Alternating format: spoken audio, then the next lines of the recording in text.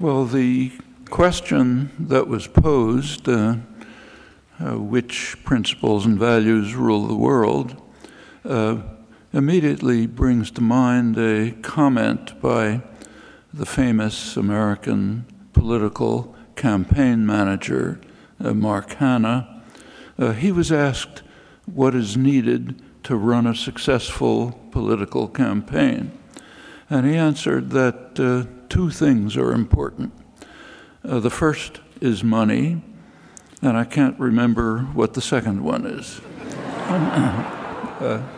That was 1895, long before the current period of multi-billion-dollar political campaigns in the United States, where the primary task of an elected representative from the first moment of taking office is to begin to try to raise money for the next campaign, while corporate lobbyists, working together with his staff, prepare legislation for him to sign with predictable consequences. All of this is part of a general assault on democracy, matter to which I'll return. Well, Mark Hanna's comment provides a large part of the answer to the question of what principles and values rule the world, but it's not quite that simple. It's a large part, but not all.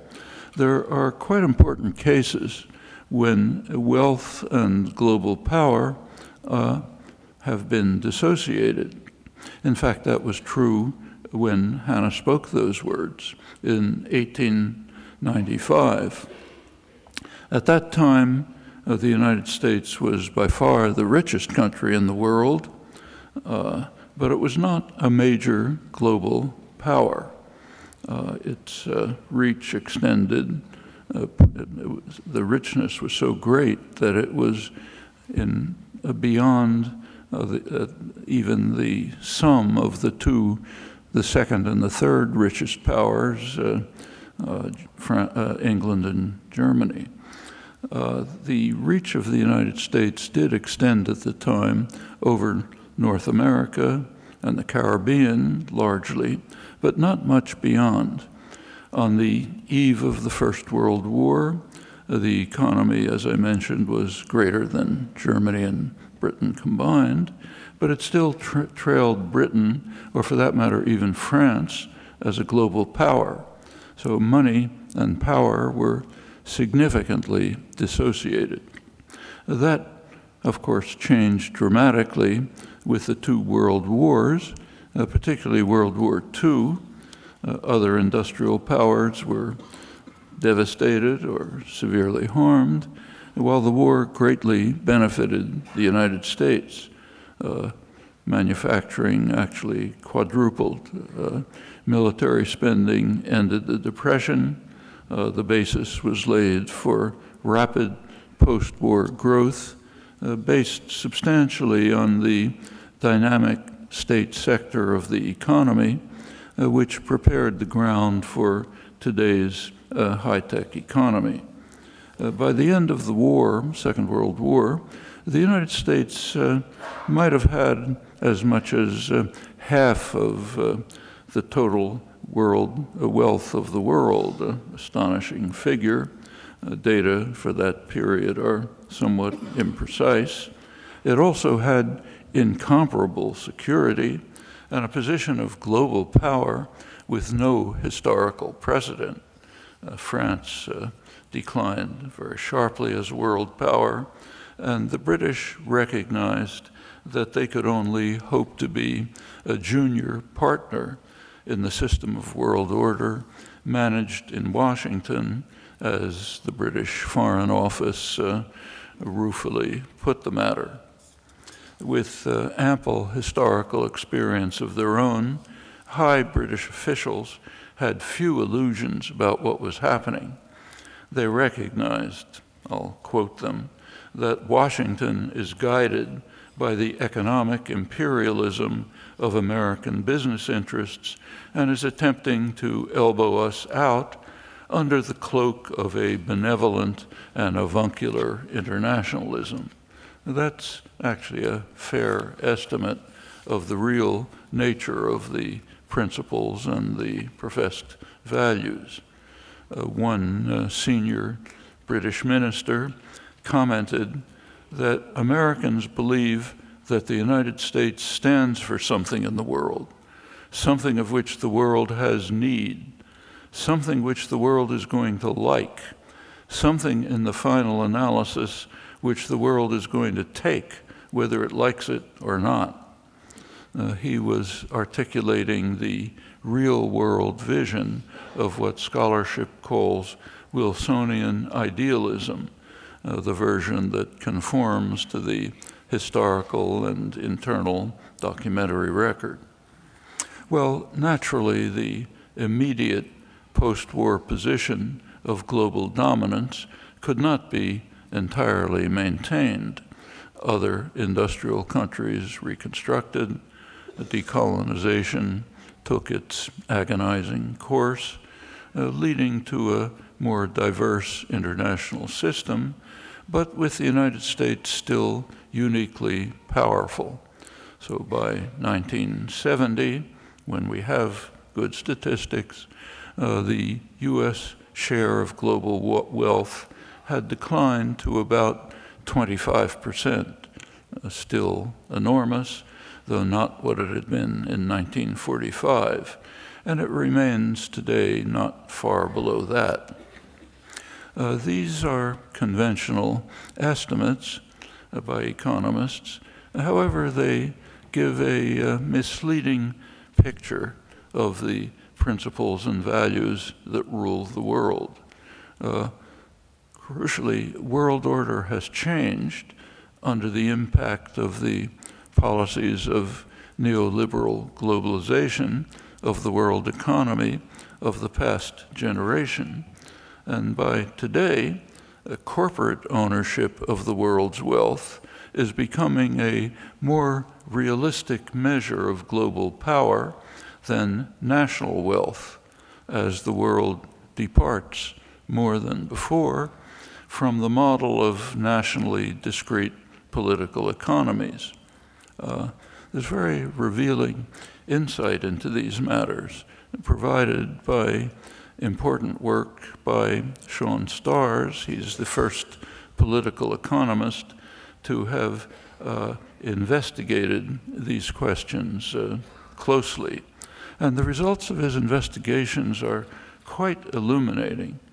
Turns out that in virtually every economic sector, manufacturing, finance, services, retail, and others, U.S. corporations are well in the lead in ownership of the global economy. And overall, their ownership is close to 50% of the total of world wealth, roughly what U.S. national wealth was in 1945. So in that regard, there's been little fundamental change, though a shift in the character of ownership of the world. One good illustration is iPhones, which I suppose most of you have. These are assembled in China by Taiwanese firms. Major one is Foxconn. These Taiwanese firms are, in turn, subcontractors for Apple. In 2014, last year for which we have good figures, Foxconn's profit was $4.3 billion, while Apple's was 10 times larger, $44.5 billion. And China's share of profit was tiny, though it is formally considered the exporter of iPhones. And there are similar measures across the international economy. Now, multinational corporations are nationally based, and they rely on their home nation state for protection and sustenance, even for their existence. Quite generally, they expect the public to pay the costs and to take the risks of substantial parts of research and development, and then to hand the results over to them in the system of really existing state capitalism, which is based substantially on the principle of public subsidy, private profit. And of course, they demand and receive exorbitant patent protections to ensure monopoly rights for a long period. It's a huge tax on the population, fundamental feature of all the mislabeled free trade agreements. This is in addition to the astronomical tax burden transferred to the public by offshore tax havens, other devices available to the corporate sector and the super rich. The end result of all of this is that in the current globalized world of state-based multinational corporations, the U.S. dominance of the world economy is, in important respects, not that different from what it was in 1945. And the phrase United States, of course, does not refer to its population, but rather to a tiny sector of extreme privilege and power within the society, pretty much a fraction of 1%. Turning to another dimension of power, in the military dimension, the U.S. is, of course, entirely without parallel. Spends almost as much as the rest of the world combined, technologically far more advanced, hundreds of bases all over the world, military operations in practically every continent. No one else is even close in these respects. Apart from money and force, another factor in global rule is public opinion, in theory at least, sometimes in fact. In the more free societies, this has been a battleground for centuries, and it still is, with quite an intricate interplay of principles and values, structures of power, and liberatory commitments. It's quite instructive to take a closer look at this complex. So consider first the question of values. It's quite easy to demonstrate that every world power, past and present, has been committed to the highest values. To demonstrate this, it's only necessary to listen to the pronouncements of political figures and the intellectual classes. So, for example, a few days ago, the New York Times featured a lengthy debate with contributions with many eminent scholars on whether America's unique global mission of championing democracy and human rights is being undermined by ongoing crimes of the Russians. The global mission is not defended in this debate, it's presupposed. Accepting its validity is a precondition for admission into serious company, into serious discussion. Going back earlier in Britain's day in the sun, similar mystical illusions were promulgated even by such a critical intelligence as John Stuart Mill, actually right at a peak moment of Britain's international crimes. Japanese imperialists were bringing what they called an earthly paradise to China and protecting the Chinese people from Chinese bandits while they were massacring and destroying in Nanjing. And it would not be easy to find an exception to this pattern. I actually have never found one. Furthermore, contrary to their carefully cultivated self-image as courageous and independent-minded critics, intellectuals have rarely failed to provide their services to the powerful throughout history, going back as far as classical Greece and the Bible. A good illustration of the general pattern is World War I, which is now eliciting a good deal of valuable research and commentary on the centenary. One topic is not much discussed, but it's interesting.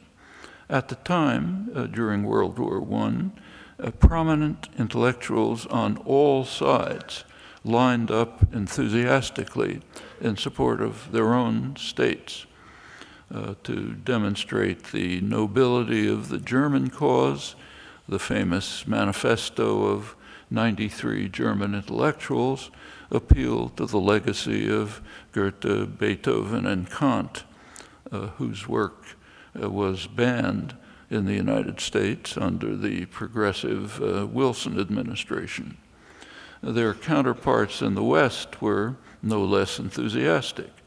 So in the United States, John Dewey and his progressive intellectual circle hailed Woodrow Wilson's decision to join the war as a triumph, I'll quote them, a triumph accomplished by a class which must comprehensively but loosely be described as the intellectuals, that's us, who ensured that the United States entered the war under the influence of a moral verdict reached after the utmost deliberation by the more thoughtful members of the community, who were, in fact, the victims of concoctions of the British Ministry of Information, which secretly defined its task as to direct the thought of most of the world, but particularly the thought of American progressive intellectuals who might help whip a pacifist country into war fever. As they did, very successfully, Woodrow Wilson won the 1960 presidential election on the slogan, "Peace without victory," and instantly, with the help of the most thoughtful members of the community, within months was able to convert the country to one dedicated to victory without peace. There were, of course, some around the world who did not toe the line so obediently, including such notable figures as Bertrand Russell, Eugene Debs, Rosa Luxemburg, Karl Liebknecht, who all ended in prison. Some were treated more leniently, like the prominent American essayist Randolph Bourne. He was not imprisoned, he was simply dropped by progressive journals after he committed the crime of criticizing what he called the League of Benevolently Imperialist Nations and their exalted endeavors. This pattern of praise and punishment is a consistent one throughout recorded history. In general, when political and intellectual leaders proclaim the highest values, their pronouncements carry no information, even in the technical sense of the term information. They're predictable, whatever the facts. True, there is always a possibility that the claims have some degree of validity, but a skeptical mind is always in order. With regard to the United States, the stance is commonly described as American exceptionalism, but the term is incorrect. There's nothing at all exceptional about the stance or about the ease with which huge crimes can be dismissed. In the US case, that includes the two original sins of the society, the virtual extermination of the indigenous population, and the most vicious form of slavery in history, which also happened to be a cornerstone of the modern economy in manufacturing, finance, commerce, for the United States and England particularly, for others as well. And the impact is lasting to the present day. Symbolic of the continuing impact are two critically important human rights cases that are now being pursued actively right here. The case of longtime prisoners, Mumia Abu-Jamal and Leonard Peltier. Well, going back to the professed values, among them is that, prominent among them, is that public opinion should determine policy and hence rule the world. And it's worth taking a closer look at this doctrine. In the modern period, the issues came to the fore primarily in the more free societies, first England, then the United States. They were raised by David Hume in his discussion of the first principles of government. And his words, as usual, are lucid and compelling. I'll simply quote them. Hume found nothing more surprising than to see the easiness with which the many are governed by the few, and to observe the implicit submission with which men resign their own sentiments and passions to those of their rulers. When we inquire by what means this wonder is brought about, we shall find that as force is always on the side of the governed, the governors have nothing to support them but opinion.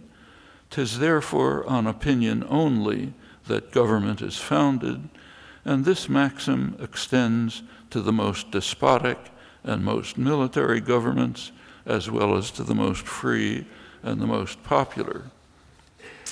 Well, Hume was an astute observer, and his paradox of government is much to the point, although history teaches us all too painfully that we cannot ignore the contrary thesis which had been put forth somewhat earlier during the English Civil War, the thesis that the power of the sword is and ever hath been the foundation of all titles to government. Force, of course, has more subtle modes, including an array of costs well short of overt violence that attach to the refusal to submit. Hume's concept of supportive opinion can be elaborated, as in Gramscian concepts of hegemony and others. But the basic point, I think, is correct. Public consent and implicit submission can take many forms, among them the form recognized by the British Foreign Office in 1945. Like it or not, this is what you're going to get. A more polite way of putting the matter had been devised by American sociologist Franklin Henry Giddings when U.S. forces landed in the Philippines at the turn of the 20th century with the goal of, as the president put it, to uplift and civilize our little brown brothers. In fact, uplifting several 100,000 of them directly to heaven and leaving wreckage that in many ways remains and is right now, in fact, eliciting quite a remarkable reaction over a century later, as you can read in the front pages. Well, to explain the civilizing mission in proper tones, Giddings devised the concept consent without consent. Here's the way he put it. If in later years the colonized will see and admit that the disputed relation was for the higher interest, it may reasonably be held that authority has been imposed with the consent of the governed, rather as when a parent prevents a child from running into the busy street and the child later comes to recognize that it was the right thing to do. this concept, consent without consent, has been of considerable utility for structures of dominance, not only in imperial history, but with all the possible elaborations, the essential core remains pretty straightforward, much as Hume formulated it. And the conundrum is real. Even despotic rule is commonly founded on a measure of consent. It was true for the Nazis, for example. The abdication of rights is familiar in more free societies. And yet, popular opinion is not a force easily discounted, particularly when it's organized and mobilized.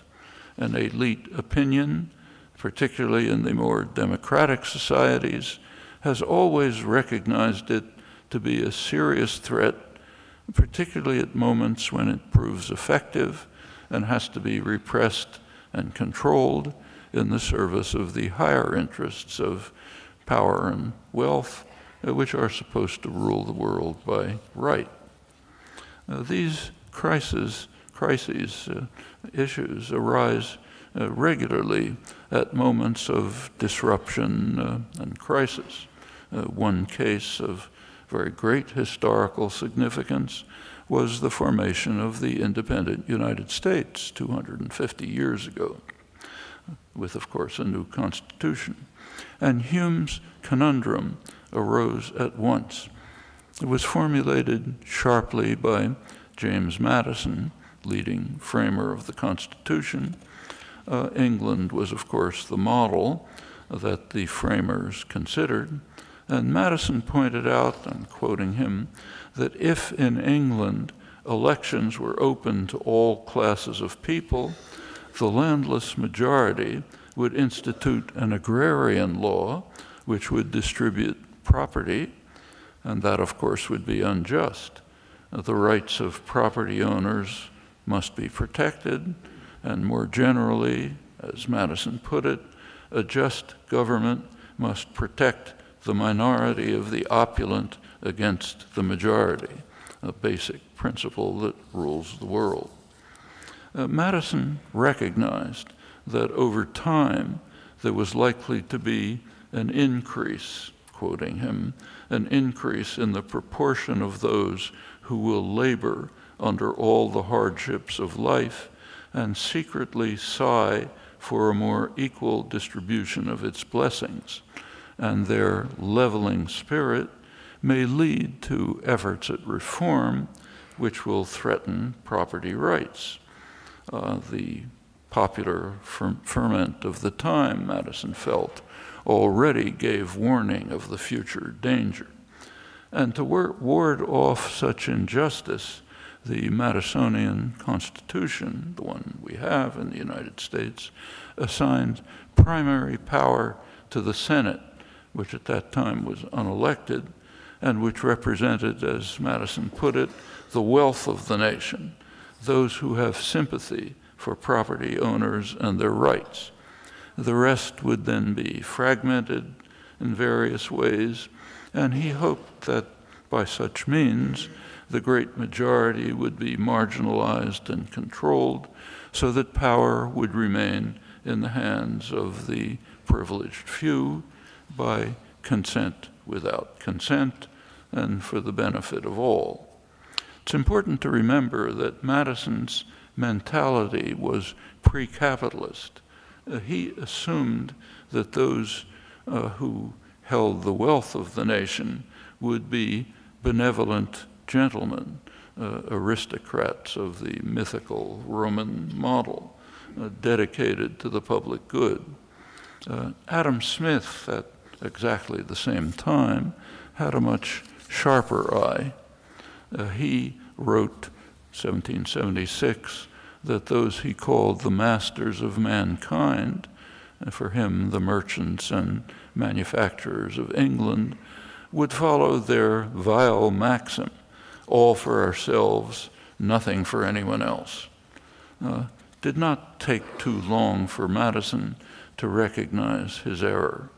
Writing to Jefferson in 1792, he deplored the daring depravity of the times as stock jobbers become the Praetorian brand of government, at once its tools and its tyrants, bribed by its largesses, overawing it by clamors and combinations, which is not a bad description of today's neoliberal world 225 years later. It's of some interest to compare Madison's concerns with those of Aristotle in the first major work of political science, his Politics. Aristotle reviewed a variety of political systems. He concluded that democracy was the best, or perhaps the least bad, but he recognized a flaw. The great mass of the poor could use their voting power to take the property of the rich, which would be unjust. Madison and Aristotle faced the same problem, but they selected opposite solutions. Aristotle advised reducing inequality by what we would call welfare state measures. Madison felt that the answer was to reduce democracy, setting the stage for popular struggles, elite repression that continue until the present day. Such conflicts arise regularly when social life is disrupted, maybe by depression or by war. So during World War I, the United States was only peripherally engaged, but nevertheless the war was followed by a severe repression. Woodrow Wilson's Red Scare, the harshest repression in modern U.S. history. Thousands of people were deported, many were jailed. The vigorous labor movement was smashed, along with independent thought. It paved the way for the Gilded Age that followed through the 1920s until it collapsed with the Great Depression. Well, despite the short-term efficacy of force, the masters of mankind understood that enough freedom had been won by popular struggle so that state violence was becoming inadequate to control the masses, and it would be necessary to impose what Hume called implicit submission in other ways, by control of attitudes and opinion. Recognition of this new reality was expressed in both intellectual opinion and in institutional form. In intellectual opinion, the recognition was articulated in essays of the 1920s on democratic theory, most notably by Walter Lippmann, the most respected and influential U.S. public intellectual of the 20th century.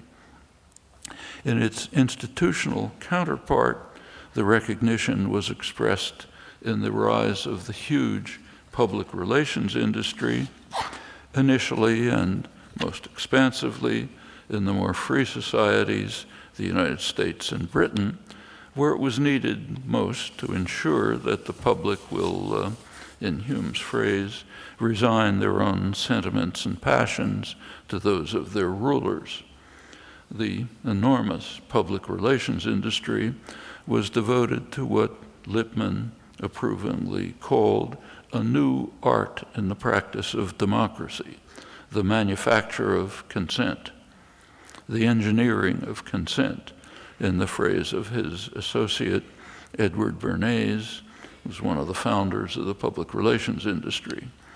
It's worth remembering that Lippmann and Bernays were at the social democratic edge of the political spectrum, the kind of left end. They were Wilson, Roosevelt, Kennedy liberals, in the U.S. sense of the term liberal, meaning social democratic. Both of them had been members of the first state propaganda agency, Wilson's Committee on Public Information, the Orwellian name, created to drive a pacifist population to jingoist fanaticism and hatred of all things German.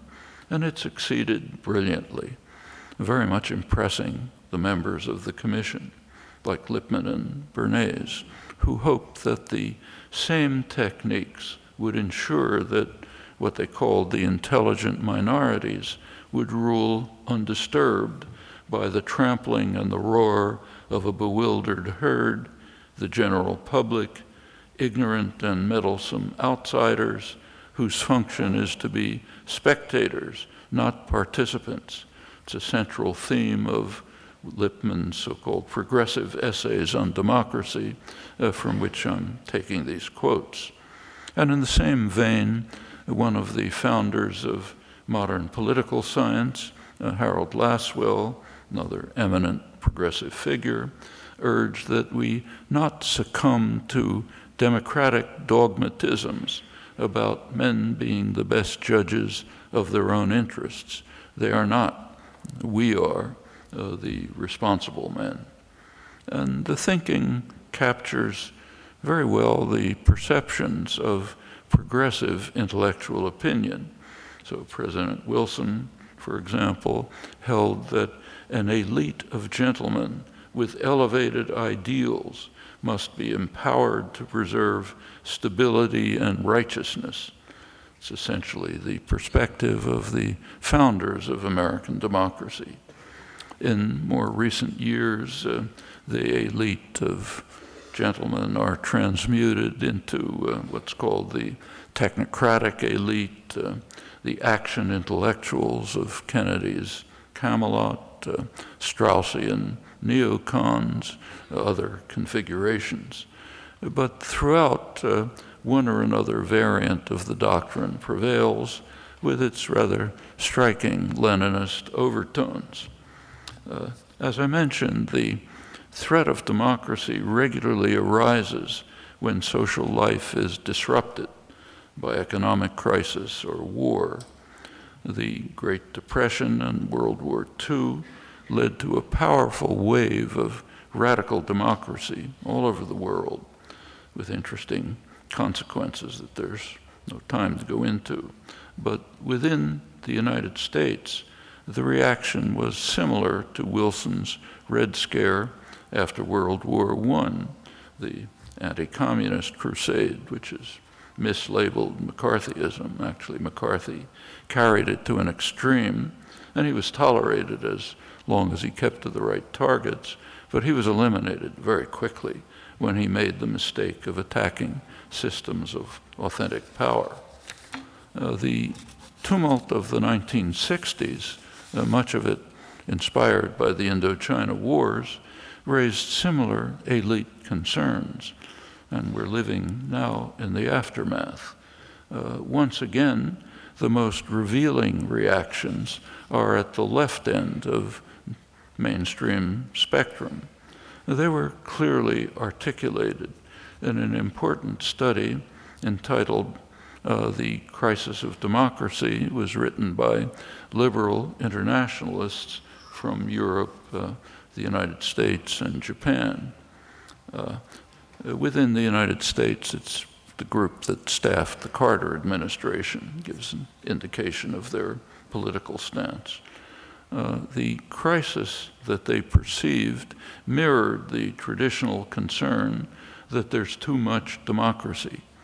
The American rapporteur, Harvard professor, government advisor, Samuel Huntington, looked back with nostalgia to the days when, as he put it, Truman had been able to govern the country with the cooperation of a relatively small number of Wall Street lawyers and bankers, so that democracy flourished with no crisis.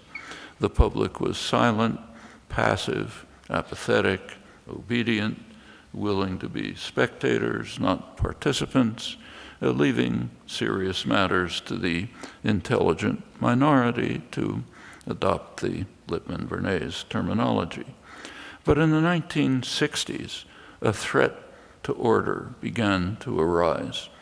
Special interest groups tried to enter the political arena and press for their demands.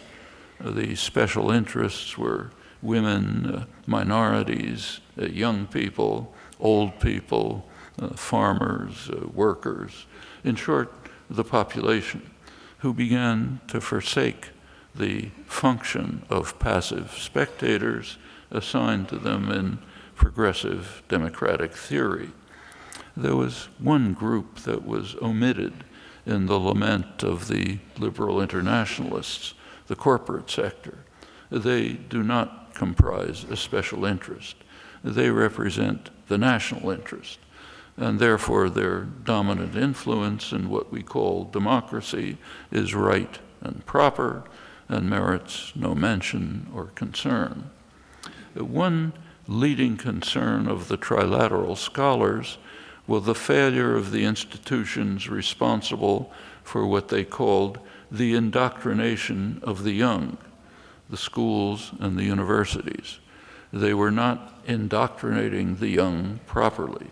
And that's why we see these uprisings in the streets and the efforts of the special interests to press their demands in the political arena. And the trilateral scholars therefore urged more moderation in democracy, their phrase, if the national interest is to be protected, along with more effective indoctrination of the youth. It's of some interest to look at the right-wing counterpart to the liberal internationalist call for more moderation in democracy. Intellectually, it's much less interesting, but it's of course much more influential, with direct ties to systems of power. Its most eloquent expression was in a memorandum by corporate lawyer Lewis Powell, soon to be appointed to the Supreme Court. It was a memorandum that was sent secretly to the business-based American Chamber of Commerce, soon leaked. Its title is "The Attack on the American Free Enterprise System." It's interesting not only for the content, but for the paranoid tone. You might want to look it up on the internet. It's interesting reading. For those who take for granted their right to rule, if anything gets out of control, it means that the world is coming to an end, rather like a spoiled 3-year-old child. So the rhetoric tends to be inflated and paranoid. Powell identifies the criminals who are destroying the American free enterprise system. Ralph Nader, with his consumer safety campaigns. Herbert Marcuse, who was preaching Marxism to the young new leftists who were on the rampage all over, while what he calls their naive victims dominated the universities and the schools, controlled television and other media, the educated community, virtually the entire government. And their takeover of the country, he said, is a dire threat to freedom. Powell drew the obvious conclusion. Business owns the country, and therefore the oppressed business people who have lost all influence to this rampage should organize and defend themselves instead of idly sitting by while fundamental freedoms are destroyed by the Marxist onslaught from the media, the universities, and the government. And despite the absurdity of the picture, it shouldn't be simply dismissed with ridicule. This is the mentality of the masters of mankind, who can act and do act. And as after World War I, the ideological constructions of the intellectual classes had their institutional counterpart. In this case, the neoliberal programs that began to take shape by the late 1970s, accelerated under Reagan and Thatcher, then beyond, right to the present. Among their other effects, all of these programs undermine functioning democracy, quite severely in Europe and in the United States as well.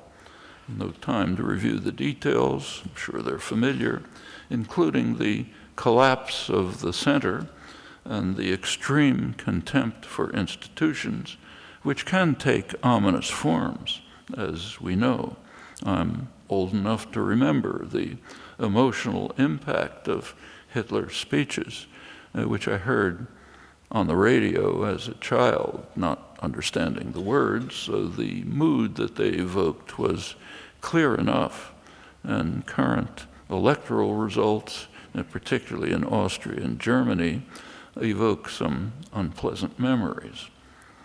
Fortunately, a lot has been achieved since these terrifying days, providing us with a legacy of freedom and justice that affords opportunities to recover what has been lost and to move on and to confront new challenges, including some of extraordinary significance. No discussion today of how the world is ruled, or in fact of any human issues, should fail at the very least to mention that this generation is facing dire questions that have never arisen before in human history.